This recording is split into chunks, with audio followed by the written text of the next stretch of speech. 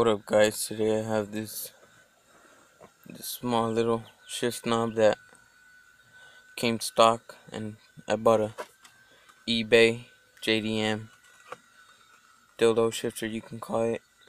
I'm gonna teach you guys how to take it off. Not that hard, just takes a bit.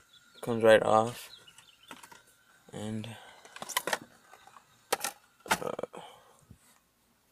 as you can see, this is a universal one. It comes with a couple under here, and you just simply put one of the little pieces that fits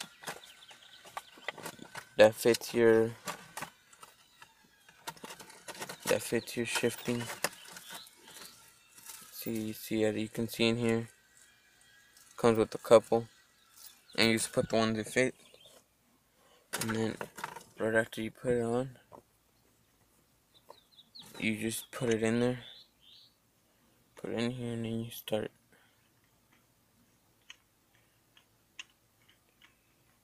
putting it in there. JDM or die, boy. You can see this is my 2000 Miata MX-5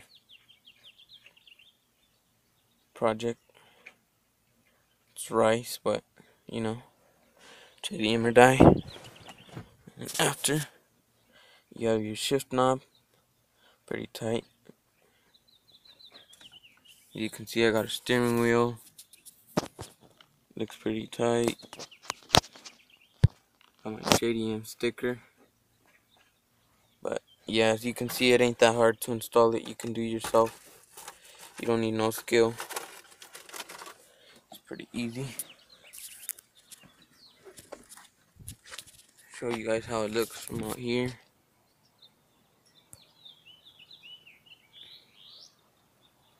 Pretty nice. The Ricer Miata. I need new wheels. But I mean, it's going pretty well. Well, I'll see you guys in my next video. You can see it ain't that hard to install. I'll catch you guys later. Subscribe.